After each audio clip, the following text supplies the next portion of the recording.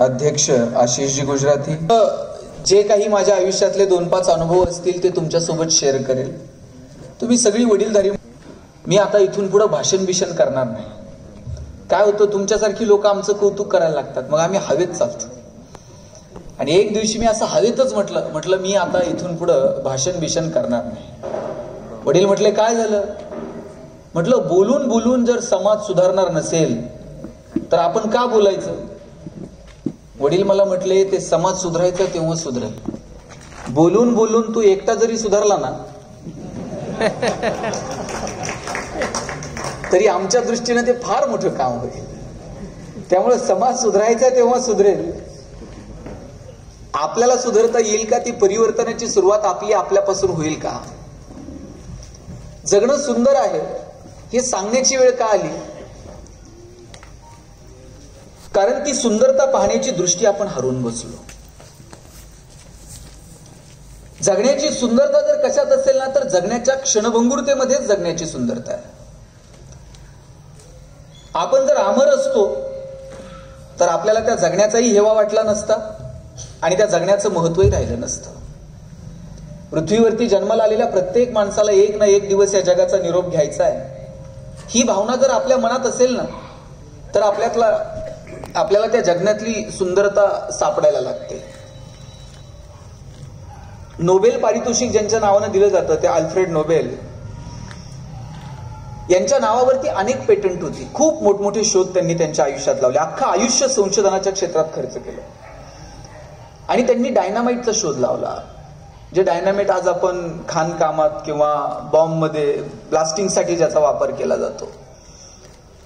आणि एक दिवशी अल्फ्रेड नोबेल यांच्या मृत्यूची अफवा पसरली. हल्ली सोशल मीडियावरती अशा अनेक अफवा आपण बघतो. कुणी हॉस्पिटलमध्ये ऍडमिट असलं तरी आपण बऱ्यापैकी श्रद्धांजली वाहून मोकळे झालेलो असतो. इकडे नोबेल यांच्या मृत्यूची अफवा पसरली आणि ती बातमी वर्तमानपत्रात छापून आली. आणि वर्तमानपत्राचं हेडिंग असं होतं, महायुद्धाच्या काळामध्ये जागतिक अशांततेचा फायदा घेत ज्यांनी कोट्यवधी रुपयांची माया जमवली ते अल्फ्रेड नोबेल काळाच्या पडद्याआड. आणि ही बातमी वाचल्यानंतर नोबेल अस्वस्थ झाले. मी माझ्या आयुष्यातली एवढी वर्ष संशोधनामध्ये खर्च केली, एक डायनामाइटचा शोध लावला जो बॉम्बमध्ये उपयोगी झाला, आणि माझ्या मृत्यूनंतर माझ्याविषयी काय चर्चा होणार आहे? तर ज्यानं अशी माया कमवली ते गेले. आणि तेव्हा त्यांनी ठरवलं की आपल्याला एक दिवशी हे जग सोडून जायचंय. त्यांनी कमवलेली सगळी संपत्ती मग त्याचं ट्रस्ट केलं आणि शांततेच्या क्षेत्रात जे काम करतील त्यांना मग नंतर फिजिक्स वगैरे वेगवेगळ्या विषयांमध्ये काम करणाऱ्यांना नोबेल पारितोषिक दिलं गेलं. सांगायचं तात्पर्य इतकं आहे की आपण कधीतरी पृथ्वीवरून जाणार आहोत, आपण पाहुणे आहोत. ही भूमिका कायम आपल्या मनामध्ये असली पाहिजे. निसर्गाचे काही नियम आपण समजून घेतले पाहिजेत आणि निसर्गासोबत जुळून घेतलं पाहिजे. निसर्गाचा पहिला नियम असा आहे, तुम्हाला जन्माला येण्याचे संकेत 9 महिने आधी मिळतात. 9 महिने आधी कळतं आता कोणतर आपल्याकडे जन्माला येणार आहे. पण जाण्याचे संकेत 9 मिनिट तरी आधी मिळतात का?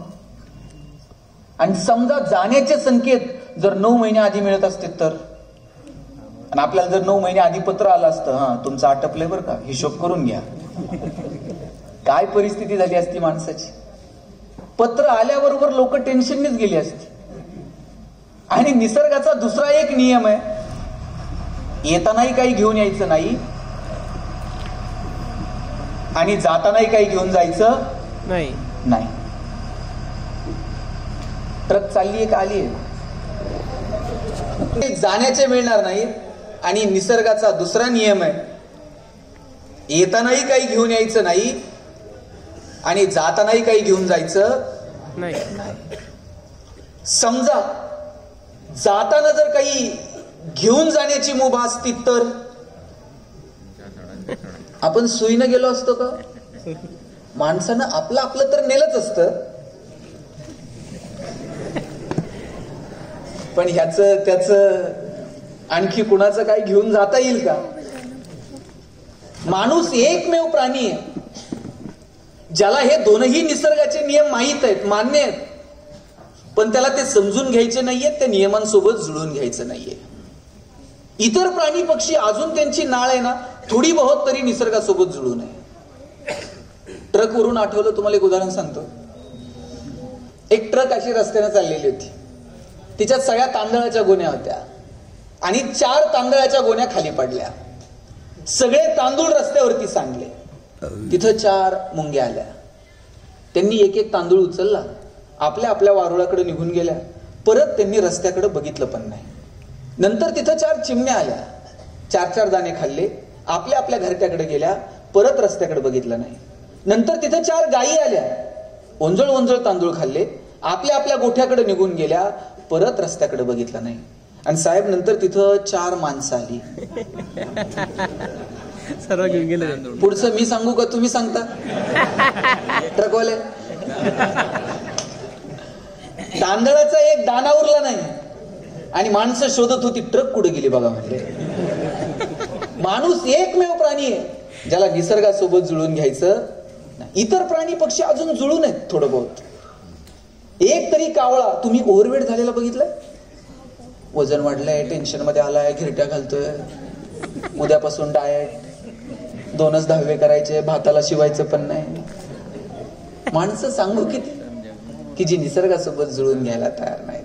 आपल्याला जर आपलं जगणं सुंदर करायचं असेल तर या 3 टप्प्यातून आपल्याला प्रवास करावा लागेल. 1 आहे निसर्ग, 2 आहे समाज आणि 3रं आणि तितकंच महत्वाचं अर्थकारण.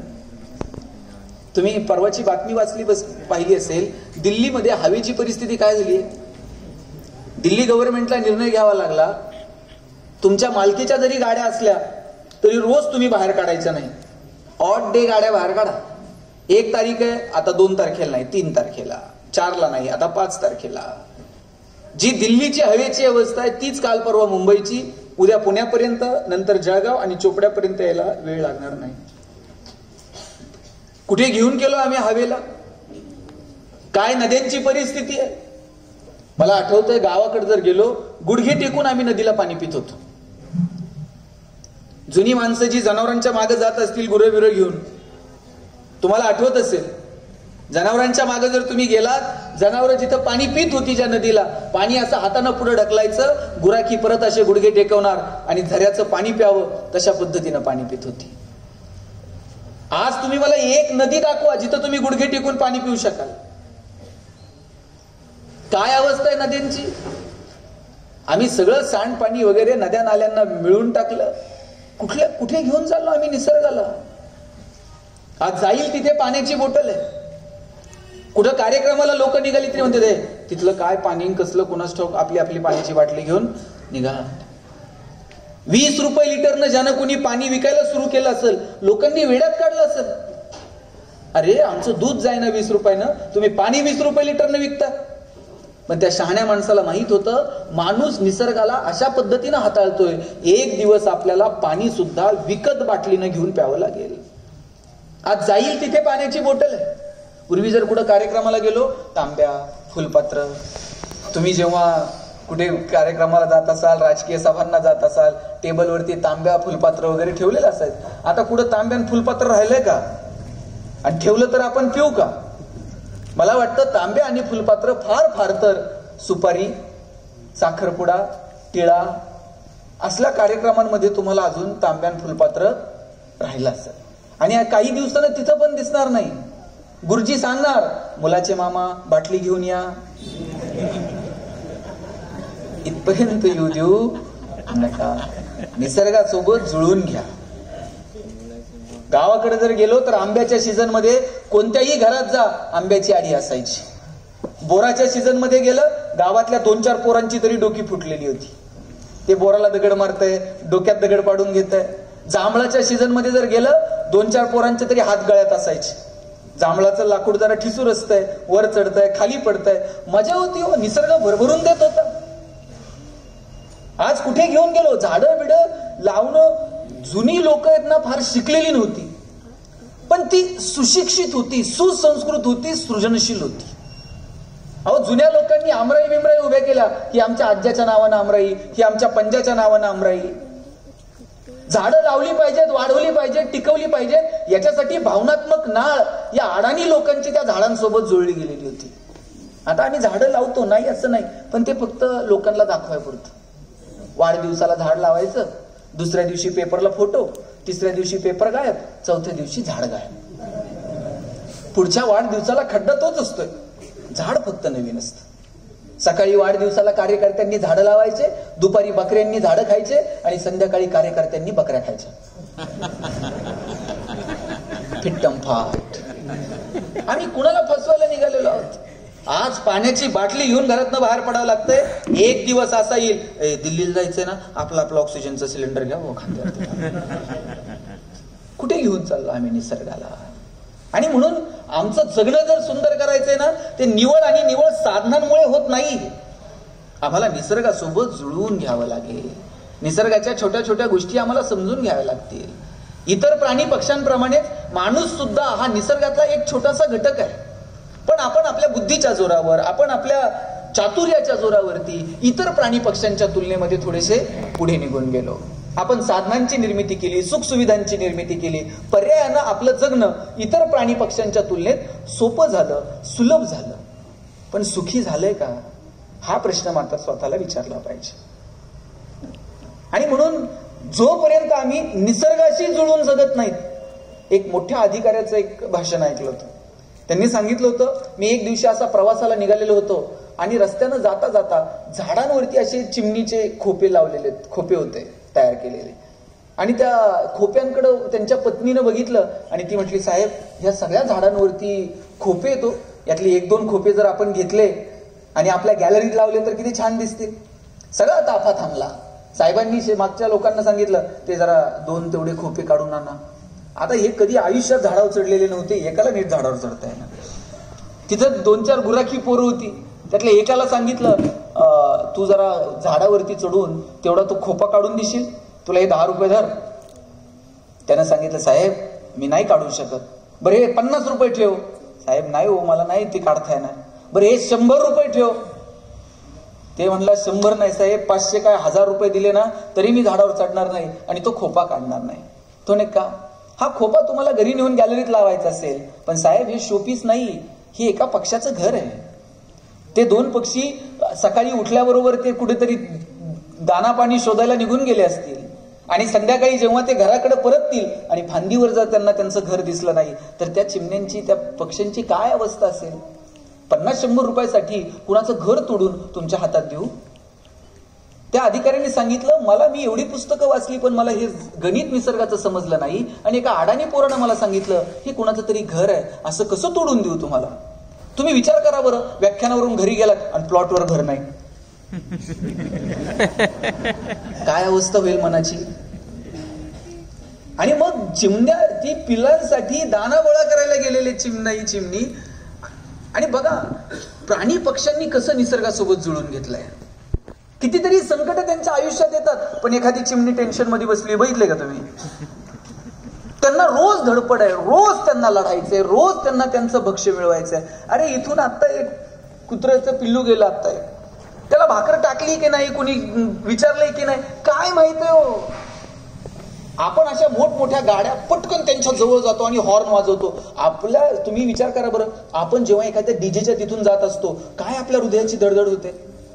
तीच अवस्था प्राणी पक्ष्यांची सुद्धा असते.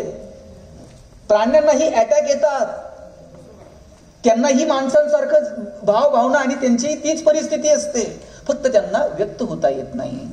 रस्त्यावरती रोज 2-4 कुत्री मरून पडलेली असतात.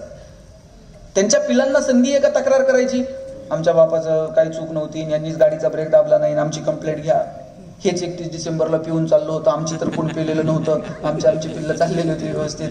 काय आहे का तक्रार करायची संधी? आपण नशिबवान आहोत की आपल्याला व्यक्त होता येतं, आपल्याला तक्रार करता येते. आणि मग निसर्गातला सगळ्यात हुशार प्राणी कोण आहे मला सांगा? कोण आहे? तुम्हाला शंका आहे का? मग निसर्गातला सगळ्यात हुशार प्राणी कोण आहे? माणूस. आणि कुणी जाहीर केले? माणसानंच. इतका तर माणूस हुशार आहे, त्याचं त्यानं जाहीर करून टाकले, आपण जगात सगळ्यात हुशार आहोत. मग ही हुशारी व्यक्त करण्याची, दाखवण्याची कोणती संधी आहे? केवळ रस्ते सिमेंटचे झाले, केवळ आमच्या इमारती वाढल्या, इन्फ्रास्ट्रक्चर उभं केलं, केवळ सुखसुविधा निर्माण झाल्या, प्रत्येकाच्या हातात 1-1 नाही 2-2 मोबाईल आले, म्हणजे आम्ही हुशार आहोत का? आपण या निसर्गातले एक छोटेसे घटक आहोत आणि आपल्यामुळे आजूबाजूच्या नैसर्गिक घटकांना आपत्ती होणार नाही, याची काळजी आपण घ्यायला नको. बरं, आपण किती नशिबवान आहोत, आपल्याला मदत करणारी माणसं आहेत, आपल्याला दिशा दाखवणारी माणसं आहेत. एक पक्ष्यांचा खोपा असा वाऱ्याबरोबर उडून गेला आणि ते चिमणी असे फांदीवरती बसलेले होते. तो चिमणा त्या चिमणीला म्हटला, थांब, परत एक एक काडी गोळा करू आणि बांधायला सुरू करू. त्या चिमण्यानं असे पंख विस्पारले, चिमणी त्याच्या आत अलगद येऊन थांबली. सकाळी सूर्यप्रकाश झाला आणि मग चिमणा म्हटला, चल परत तयारीला लागावं लागेल, एक एक काडी गोळा करू आणि परत घरटं बांधू. आणि पुढं चिमणा हसत चिमणीला म्हटला, आणि हो, कुणाच्या मदतीची वाट बघायला आपण थोडीच माणसं आहोत. आपली घरटी आपल्यालाच बांधायला लागते. आपल्याला कोण मदतीला आहे? आपल्याला मदत करणारी लोक आजूबाजूला आहेत, शासन आहे, अमुक आहे, तमुक आहे, यंत्रणा आहे, नातेवाईक. आणि आपण जर इतके नशिबवान आहोत आणि आपण जर निसर्गामध्ये सगळ्यात हुशार आहोत, तर मग आपली जबाबदारी नाही निसर्गातल्या इतर घटकांना थोडीशी शिट्टी मारते बघा. आपण मग नशिबवान आहोत, तर मग आपली जबाबदारी आहे की निसर्गातल्या इतर घटकांना थोडे ना शिट्टीचा विसरली ती. तर या सगळ्या घटकांना रिवोक ठेवूच नका आणि थोडा बेस द्या. इतर घटकांना आम्हाला त्यांच्यासोबत जुळून घेता येईल का, याचा विचार सातत्यानं आम्हाला करावा लागेल. म्हणून पहिली गोष्ट जर मला कोणती सांगायची तर ती म्हणजे निसर्ग. दुसरी गोष्ट मला सांगायची ती म्हणजे समाज. आपण या समाजातले एक घटक आहोत. आणि समाज बनतो कशानं? समाज बनतो तो माणसांनी, कुटुंबांनी एकत्र येऊन. आणि म्हणून सामाजिक स्वास्थ्य जर आम्हाला व्यवस्थित ठेवायचं असेल तर कौटुंबिक स्वास्थ्य आमचं व्यवस्थित आहे का, आमचं मानसिक स्वास्थ्य व्यवस्थित आहे का. हल्ली झालंय काय माहितीये का, माणसं आडनाव विचारतात आणि मग ठरवतात बोलायचं की नाही. इथपर्यंत आम्ही येऊन ठेपलोय. जात धर्म पंथ या सगळ्याच्या पलीकडे जाऊन माणूस म्हणून जोपर्यंत आपल्या डोळ्यात प्रेम जिवंत आहे आणि हृदयात वात्सल्य आहे ना, तोपर्यंतच आम्ही माणसं आहोत. ज्या दिवशी डोळ्यातलं प्रेम संपलं, हृदयातलं वात्सल्य संपलं, त्या दिवशी समजायचं आता आम्ही माणूस उरलो नाही, आम्ही यंत्र होत चाललेलो आहोत. म्हणजे माणूस म्हणून ते प्रेम आमच्यामध्ये आहे का? अहो, भावाभावांमध्ये प्रेम नाही, बहीण भावांमध्ये प्रेम नाही, समाज विमाज गाव बिव राज्य बिज्य हे तर फार लांबची गोष्ट. भगवान श्रीकृष्ण करंगळीवरती पर्वत उचलतात, बासरी मात्र 2 हातांनी घट्ट पकडतात. ज्याला करंगळीवरती पर्वत उचलता येतो त्यानं बासरी तर अशी गरगर फिरवली असती, पण करंगळीवरती पर्वत उचलणारा कृष्ण बासरी घट्ट पकडतो, कारण त्याला ठाऊक आहे पराक्रम हा रणांगणात गाजवायचा असतो आणि नात्यांमध्ये प्रेम जपायचं असतं. आम्ही नेमकं उलट केलं. आम्ही रणांगणात शस्त्र ठेवून दिली आणि नात्यांमध्ये पराक्रम गाजवले. परवा तर एक जण मला म्हटला, 10 वर्ष झाली भावाच्या दारात गेलो नाही. म्हटलं वा, काय पराक्रम आहे. 10 वर्ष झालं मी बहिणीचं तोंड बघितलं नाही. म्हणलं ती गेल्यावर जाशील साडी बिडी घेऊन शेवटची. भावाला, त्या बहिणीला कळतं का, भाऊ आलाय आता रडतोय, माझ्यासाठी शेवटची साडी घेऊन आलाय. गेलेल्या शरीराला आपण अग्नी देतो, त्या अग्नीचा दाह त्या शरीराला कळत नाही. तुम्ही दिलेल्या मांडीचा स्पर्श कळेल का? तुम्ही घातलेल्या वाऱ्याची झुळूक तिथपर्यंत पोहोचेल का? गेलेल्या शरीराला अग्नीही कळत नाही, वाऱ्याची झुळूकही समजत नाही आणि मांडीचा स्पर्शही कळत नाही. जोपर्यंत माणसं जिवंत आहे तोपर्यंत बोला, जोपर्यंत आहे तोपर्यंत ते स्पर्श ठेवा. आईनं जवळ घेणं, गालावरून हात फिरवणं, तिनं तिचे ओठ गालावर लावणं, काय मजा आहे त्या स्पर्शांमध्ये. तरुण पोरांना मला विचारायचंय, ज्या आईच्या पोटी आपण जन्माला आलो, जिनं आपल्याला 9 महिने पोटात वाढवलं, तिच्या हाताला हात लागून किती दिवस झाले आठवते का? आईला शिवून किती दिवस झाले? जिच्या पोटात 9 महिने होतो तिला शिवलेलं पण आठवत नाहीये. अरे आठवून बघा ना, कधी शिवलो होतो लास्ट टाइम. आणि काय लागतो त्या म्हाताऱ्यांसोबत स्पर्श ठेवायला? घरातून बाहेर पडलात ना, आईच्या पायावर डोकं ठेवा. आई असं काळीच काढून देते, माझं आयुष्य पण तुला लागू दे म्हणते. बापाच्या पायाला फक्त हात लावा, बाप असा पाठीवर थाप मारतो, पठ्ठ्या सुखात राहा म्हणतो. जगात तुमच्यावरती प्रेम करणारी आणि तुमच्या आनंदात आनंद मानणारी फार मोजकी लोक आहेत. भाऊ, आपल्या प्रगतीमध्ये खरा आनंद मानणारी किती माणसं आपल्या भोवताली बघा बरं जरा. फार मोजकी माणसं आहेत की ज्यांना तुमची प्रगती बघून आनंद होतो. आणि त्यात 2 हक्काची माणसं आहेत, एक तुमची आई आणि एक तुमचा बाप. साधी 2 व्हीलर घ्या, बाप चौकात सांगतो, मी सायकलवर फिरलो आयुष्यभर, पोरानं परवा 2 चाकी गाडी घेतली. तुम्ही साधं 1 BHK घ्या, वडील सांगतात सपरात राहिलो, पत्र्यात राहिलो, पोरानं काल घर घेतलं. आणि तुम्ही काही 2 कोटीची गाडी घ्या, सगळ्या गावात पेढे वाटा, त्यातले 4 तरी म्हणतात हप्ते भरा, नाहीतर फायनान्स वाले घेऊन जाते. तुमच्या आनंदामध्ये आनंद मानणारी, तुमची छोटीशी गोष्ट असू दे, तिचं कौतुक तुमच्या आईला आहे, तुमच्या वडिलांना आहे. इथं महिला बसलेल्या आहेत. तुमचं माहेर कुठपर्यंत? जोपर्यंत माहेरात आई वडील आहेत तोपर्यंत. तुम्ही माहेरी जा, आई किती थकलेली असू दे, तुम्ही माहेरी गेल्याबरोबर आई अशी उमऱ्यात पळत येते. पटकन भाकरीचा तुकडा वळून टाकल, पाणी वळून टाकल, पटकन जवळ घेईन, गालावरून हात फिरवल, बोटं मोडल, तिचे ओठ गालावर लावल. 2 दिवस जर तुम्ही माहेरी थांबलात आणि 3ऱ्या दिवशी तुम्ही सासरी जायला निघालात, तुमच्या आईनं तुमची पिशवी कधी रिकामी पाठवली का हो? शेंगा घेऊन जा, वांगे घेऊन जा, दूध घेऊन जा, भाजी घेऊन जा, पापड करून ठेवलेत, लोणचं घालून ठेवलंय, कुरड्या करून ठेवल्यात. आणि सासरी मिळत नाही का? सगळं मिळतं, पण आईला वाटतं पोरीची पिशवी कधी रिकामी जाऊ नये. कोण करते एवढं प्रेम तुमच्यावरती? आणि पोरींना सुद्धा आहे ना, दिवसभरातलं सगळं एकदा तरी फोन करून आईला सांगायचं असतं. आई सगळं तुमचं ऐकते, पण एक वाक्य, आई सगळं तुमचं ऐकते, पण आईचं एक वाक्य मात्र तुम्ही कायम ऐकलं पाहिजे. आई कधीतरी कळत नकळत म्हणते, बाई आम्ही आहोत ना तोपर्यंत येत चला. ज्या दिवशी आई असं म्हणेल आम्ही आहोत तोपर्यंत येत चला, तेव्हा हातातली कामं थोडीशी बाजूला ठेवा आणि भेटून घ्या. दुसऱ्या गावात गेलेली माणसं परत भेटतात, दुसऱ्या राज्यात गेलेली माणसं परत भेटतात, पण माणसं एकदा ढगात निघून गेली का मग मात्र सापडत नाहीत. मग तुम्ही फक्त जुने फोटो बघायचे आणि त्या आठवणींमध्ये रमायचं. माणसं जोपर्यंत आहेत तोपर्यंत तो स्पर्श मी तर म्हणतो, माणसं आहेत तोपर्यंत स्पर्श नाही, जोपर्यंत स्पर्श आहे ना तोवरच नाती आहेत. तुम्हाला साधं उदाहरण सांगतो. सुधामूर्तींनी एक किस्सा लिहिला होता. त्याच्या घराच्या शेजारी राहायच्या, त्या घराच्या शेजारी एक प्राजक्ताचं झाड होतं. त्या प्राजक्ताच्या झाडाची फांदी अशी खिडकीपाशी आलेली होती. त्या लिहितात की मी त्या खिडकीमध्ये अभ्यासाला बसायची आणि त्या झाडासोबत बोलायची. नकळत त्या खिडकीपाशी आलेल्या फांदीवरून हात फिरवायचे. आता ते झाडही माझ्यासोबत बोलायला लागलं होतं. मी कधी बोलायला लागले की कधीतरी पानांची सळसळ ऐकायला यायची, कधीतरी प्राजक्ताच्या फुलांचा सडा पडायचा. आता सवय होऊन गेली होती एकमेकांना, पण घर रेंटचं होतं. कधीतरी गडबड करू नका, घर रेंटचं होतं आणि कधीतरी ते सोडावं लागणार होतं. बळेराव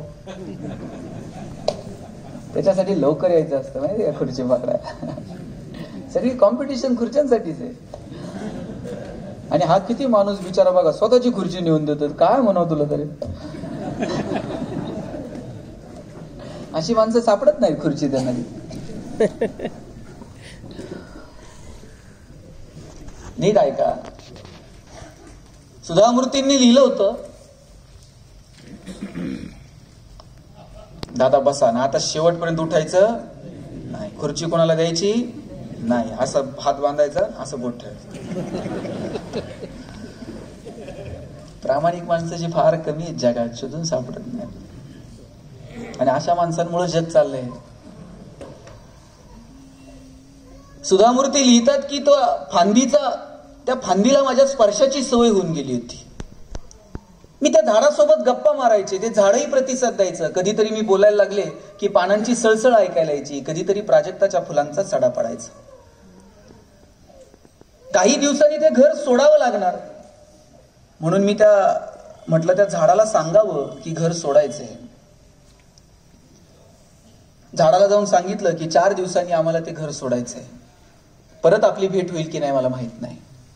आणि मी निघून आले. पुढचे 4 दिवस ना पानांची सळसळ ऐकायला आली, ना प्राजक्ताच्या फुलांचा सडा पडला. ते झाड अगदी गप्प गप्प होतं.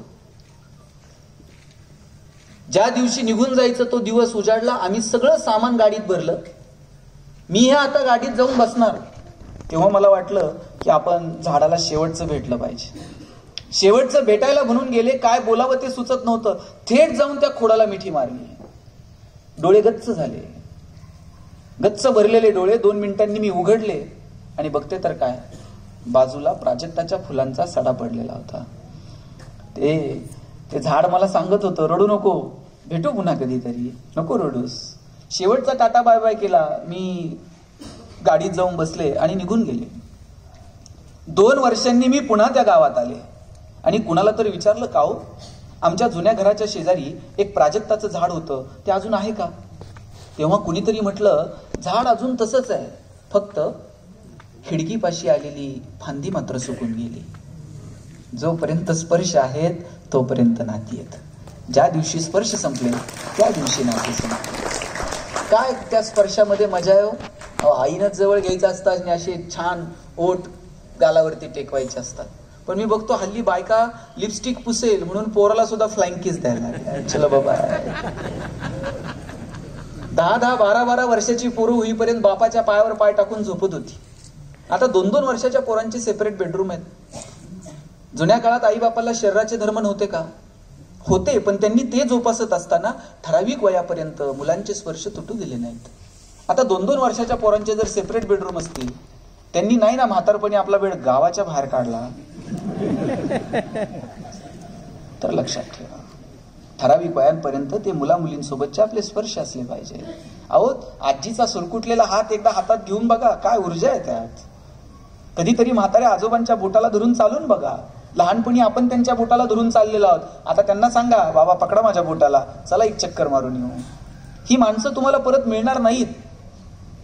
बघा, ह्या 9वारीतल्या यातल्या 2-4 म्हाताऱ्या शिल्लक आहेत, ही परत औषधाला सुद्धा सापडायची नाहीत माणसं. संपली ही पिढी आता.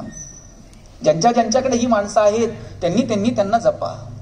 घरातली आजी आता 2 भाकरी थापू शकत नाही, पण ती नुसती कॉटवर घरात बसून असली ना तरी सुद्धा वैभव असतं घराचं. घरातला म्हातारा माणूस शेतावर जाऊन काम करू शकत नाही, त्यांनी बांधावर नुसता एक फेरफटका मारला ना तरी वैभव असतं त्या कुटुंबाचं. घरातली म्हातारी माणसं त्या ट्यूबलाईट इतका प्रकाश देत नाहीत, पण त्यांचं देवघरात निरंजनासारखं तेवत राहणं महत्वाचं असतं. ते विझून गेलं ना मग त्या लोकांची किंमत कळायला लागते. नातवाला तर अजून सगळं जग बघायचंय आणि आजोबांची सगळी दुनियादारी करून झाली आहे. नातवाच्या आयुष्यातला पहिला मित्र जर कोण असेल तर त्याचे आजोबा असतात, आणि आजोबांचा शेवटचा मित्र जर कोण असेल तर तो त्यांचा नातू असतो. आजीचा सगळा संसार करून झालाय, आजीची शेवटची मैत्रीण जर कोण असेल तिची नात आहे, आणि नातीची पहिली मैत्रीण जर कोण असेल तर ती तिची आजी आहे. काय मजा आहे या नात्यांमध्ये. आजी आजोबांनी जवळ घ्यावं, संध्याकाळी असं छान अंगणात झोपावं, वरती चंद्र ताऱ्यांकडे बघावं, एखादी गोष्ट सांगावी, एक घास चिवचा एक घास काऊचा, काय मजा होती हो. आता चिव काऊच्या गोष्टी सुद्धा संपल्या, काही सांगितलं जात नाही. आई एका मोबाईलमध्ये असते, पोरग एका मोबाईलमध्ये असते, ना असा घास भरवला जातो. पोरग जर रडायला लागलं तर आई पोराला जवळ घेत होती, आणि जवळ घेतल्याबरोबर आता त्या पोरग रडायला लागलं, आईनं पटकन छातीशी घेतलं. छातीशी घेतल्याबरोबर पोरग रडायचं थांबतं. का थांबतं माहित आहे? त्या लेकरानं आईच्या गर्भात असताना पहिल्यांदा काय ऐकलंय? आईच्या हृदयाचे ठोके ऐकलेले आहेत. ते त्याच्या इतके परिचित आहेत, जवळ घेतल्याबरोबर कळतं माझी आई आहे, आणि पोरग रडणं थांबत होतं. आता पोरग रडायला लागल्यावर आई काय करते? मी सांगू का तुम्ही सांगता? आणि पोरग इतकं पुढचं आहे, मोबाईल हातात दिल्याशिवाय आता ते पण रडायचं थांबत नाही. आईच्या स्पर्शाची जागा जर मोबाईलच्या स्पर्शाने घेतली असेल तर हा कुणाचा पराजय आहे? हा विज्ञान तंत्रज्ञानाचा विजय आहे का मातृत्वाचा पराजय आहे हे ठरवण्याची वेळ आली. मी म्हणत नाही तुम्ही टेक्नोसेव्ही असू नये, तुम्ही मोबाईल वापरू नयेत. आता अन्न वस्त्र निवारा याच्या बरोबरीनं मोबाईल एक गरज होऊन बसली आहे. असा माणूस सापडणार नाही ज्याच्याकडे मोबाईल नाही. मोबाईल गरज आहे, पण ते किती, कोणत्या कामासाठी, कशासाठी वापरायचा याचं कोणतं तरी तारतम्य. वय वर्ष 0 ते 11 वयोगटातल्या हजारो मुलांचे डोळे निकामी होण्याची वेळ आली आहे. इतका पोरांचा स्क्रीन टाइम मोबाईलवरचा वाढत चाललाय. पोरं साहेब मैदानावरती हल्ली खेळत पण नाहीत. ते मैदानावरती गेलं तरी मोबाईल घेऊन जाते, तिथं जाऊन गेम खेळते. जंगली रमी पे आओ ना महाराज, 2-5 लाखाला गंडा घालते आई बापाला, मग कळते जंगली रमी बिम्मी काय ते. पोरं मैदानावर गेली पाहिजेत, खेळली पाहिजेत, बागडली पाहिजेत. हे दिवस परत कधीच मिळणारे नाहीयेत. पोरांनी चांगली पुस्तकं वाचली पाहिजे, चांगल्या गोष्टी ऐकल्या पाहिजेत, चांगले चित्रपट बघितले पाहिजेत, चांगल्या व्याख्यानांना चांगल्या कीर्तनाला गेली पाहिजेत, आजीनं जवळ घेऊन रामकृष्ण सांगितले पाहिजेत, आजोबांनी जवळ घेऊन ज्ञानोबा तुकोबा सांगितले पाहिजे. आता आम्ही गोष्टी सांगायचं काय काय गोष्टी सांगायच्या ते पण ठरवलं पाहिजे. आमच्या गोष्टी तरी काय हो? पोरगा म्हणतोय गोष्ट सांग, आम्ही म्हणतोय एक होता राजा, त्याच्या 2 राण्या, एक आवडती एक नावडती. पोरग तेच करतंय कॉलेजला, एक राजा 2 राण्या, एक आवडती आणि एक नावडती. आम्ही काय पेरणार आहोत? गहू पेरून ज्वारी उगवते का? ज्वारी पेरून हरभरा उगवतो का? तुम्ही सांगाल तसं मुलं वागत नाहीत, तुम्ही जसं वागाल तसं मुलं वागतात. केवळ सांगून जर आदर्श निर्माण होत असते तर मग काय करायचं होतं? आदर्श हे तुमच्या वागण्यातनं निर्माण होतात. माझी आई काय वागते, माझे वडील काय वागतात, माझा थोरला भाऊ काय वागतो, शेजारची 4 माणसं काय वागतात, या सगळ्या गोष्टींचा परिणाम या लेकरांवरती होत असतो. आणि म्हणून यांचं जगणं सुंदर व्हावं असं जर वाटत असेल तर केवळ आणि केवळ महागडे क्लासेस लावले आणि त्यांना त्यांच्या गुणपत्रिकेला गुणांची सूज आली म्हणजे जगणं सुंदर होणार नाही. समाज म्हणून काही आदर्श आम्ही त्यांच्या समोर निर्माण करतो का? काही चांगले संस्कार या लेकरांना मिळावे त्याच्यासाठी काही वेगळे प्रयत्न करतो का? मला नगर वाचन मंदिर कौतुक आहे तुमचं की तुम्ही एवढ्या वर्ष ही व्याख्यान मला चालू ठेवली. लोक आली पाहिजेत, बोलली पाहिजेत, ऐकलं पाहिजे. म्हणून वेगवेगळ्या माध्यमातून लोकांच्या समोर हे आदर्श निर्माण करता येतील का? आणि सगळ्यात महत्वाचं आपल्या वागण्यातून आदर्श निर्माण करता येईल का? मी परत परत सांगतो, आपण जसं सांगू तसं मुलं वागत नाहीत, आपण जसं वागू तसं मुलं वागतात. आमच्याकडे एक पाटील आहे, दांडुंड तब्येतीनं, आणि असं खाली फिरता येत नाही जास्त, तब्येत जास्त असल्यामुळं. वरती गॅलरी अशी वाड्याच्या, आणि तिथं वरती फिरत असते. बरं, पाटलाच बिचारायचं तब्येतीचा प्रॉब्लेम, ते फिरतंय वजन कमी करावं म्हणून टेन्शन मध्ये. गावातले एक लहान पोरग ते फिरायला लागले का खालून वर पाटलाकडे बघणार, आणि नजर झाली का म्हणणार पाटील जिवंत आहे तोवर काय नाही, गेल्यावर कसं करायचं?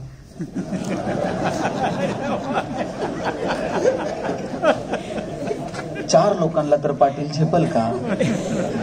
काय गरज आहे का हो मला सांगा? काय चिंतन करावं, काय बोलावं? पाटील काय अडचण आहे का? जरा 2 येडे जास्त मारत चाला, तुम्हाला काही मदत करू का? किंवा तुम्ही ही काळजी घ्या, तुम्ही ती काळजी घ्या, का गेल्यावर कसं करायचं आणि 4 लोकांना झेपल का? पाटील म्हणलेला बोलव रे, कुणाचं आहे बघा हे. आणि ह्याला कोंडून ठेवलं पोराला.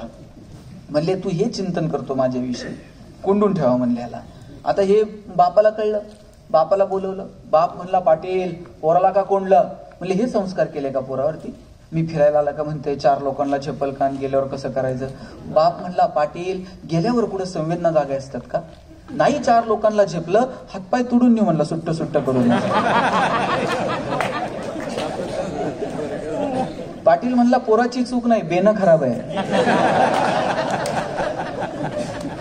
नंतर आज्याला बोलवलं.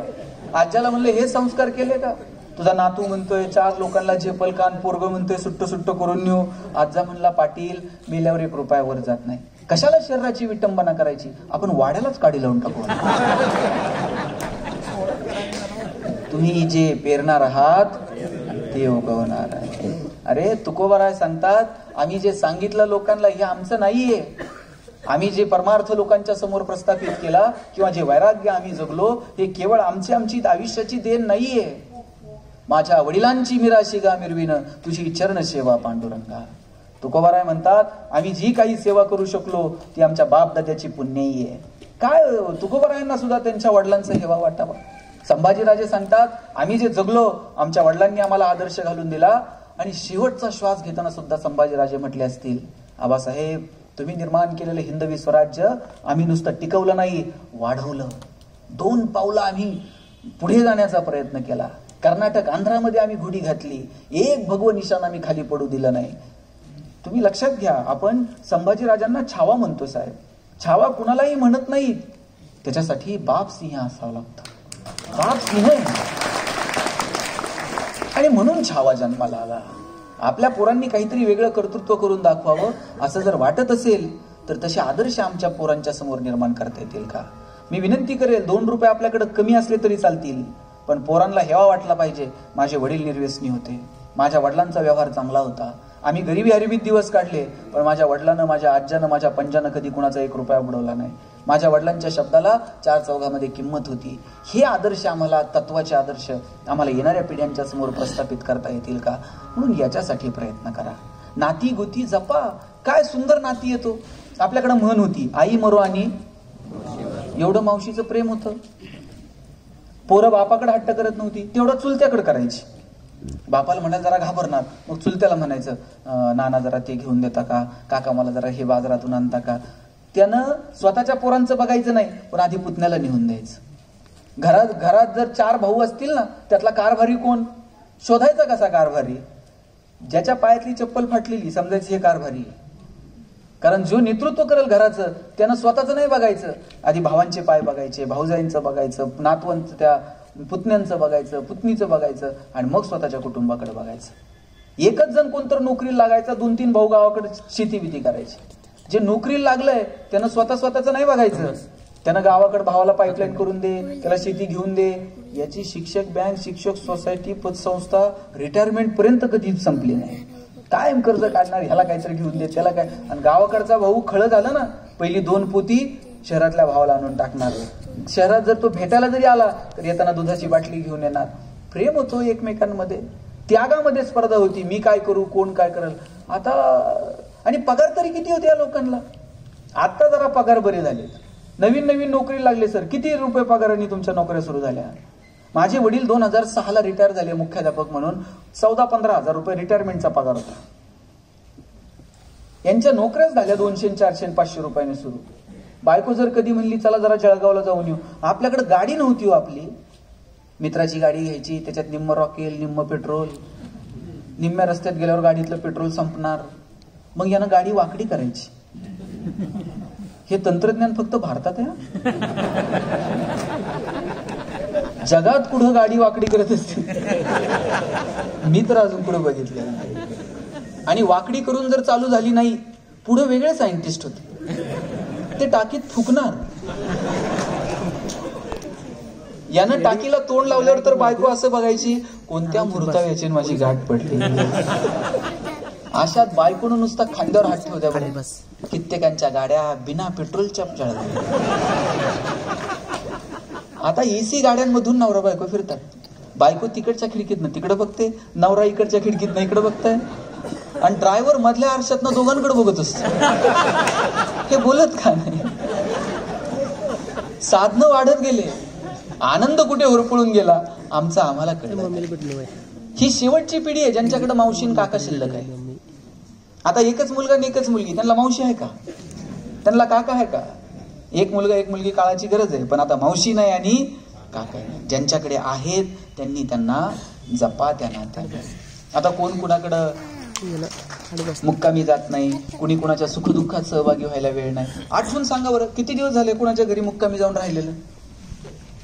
आमच्या वडिलांची आत्याईची आमच्याकडे मुक्कामी, आणि ती जर आली ना, सगळं घर रात्रभर गप्पा मारत बसायचं. आत्या जर 2 दिवस थांबली आणि 3ऱ्या दिवशी जायला निघाली ना, सगळं घर तिला एसटीला वाटायला लावायला जायचं. आत्या नुसती एसटीत बसली आणि तिनं खिडकीतनं हात केला ना, येते. तिनं